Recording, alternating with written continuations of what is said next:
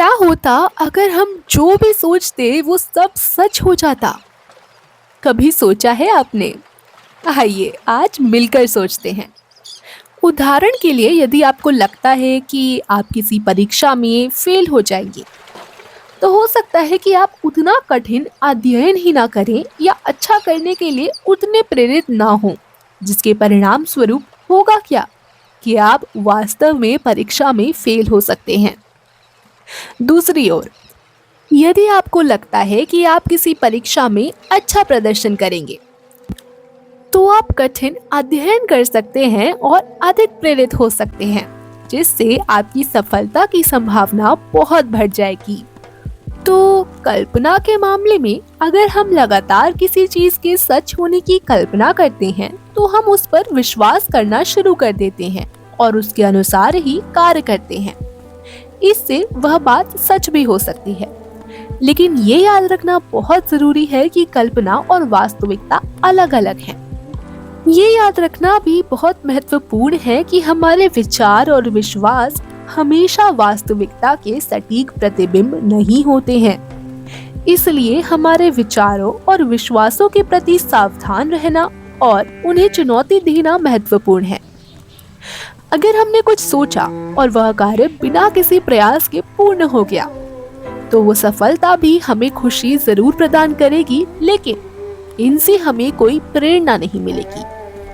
अगर हम जागरूक होंगे तो इस बात को समझेंगे और ऐसी अचानक मिली सफलता से लाभ लेने की योजना पर कार्य कर सकते हैं, ताकि अपने उद्देश्य पूर्ण करने में सक्षम बन सके।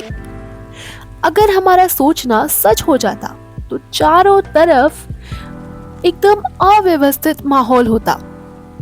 अच्छा, इस बात पर एक कहानी याद आ गई, आइए सुनाती हूँ, उससे आपको थोड़ा बेहतर समझ आएगा। एक बार एक व्यक्ति ने भगवान को प्रसन्न कर उनसे वरदान मांगा कि मुझे ऐसा वरदान दे कि मैं जो भी कहूँ वही चीज मुझे मिल जाए।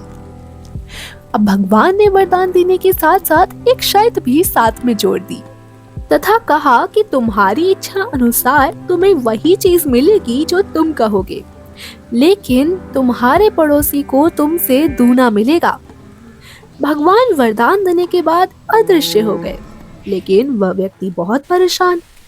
उस व्यक्ति ने कहा कि हमारा एक बहुत सुंदर सा महल बन जाए। यह कहते ही उस व्यक्ति का एक बहुत सुंदर महल बन गया, लेकिन उसके सामने पड़ोसी के 2 महल खड़े हो गए। उसका एक महल और पड़ोसी के 2 महल। ये देखकर व्यक्ति बहुत परेशान हो गया। उसने सोचा कि पड़ोसी को बिल्कुल भी फायदा नहीं होना चाहिए, अब चाहे इसके लिए मुझे कितना भी नुकसान क्यों ना हो जाए। उसने इसके लिए एक तरकीब सोच ली। उसने कहा कि हमारी एक आंख फूट जाए। यह कहते ही उसकी एक आंख फूट गई, मगर उसके पड़ोसी की दोनों आंखें फूट गई। उसके बाद उसने कहा कि हमारे सामने एक कुआं खुद जाए।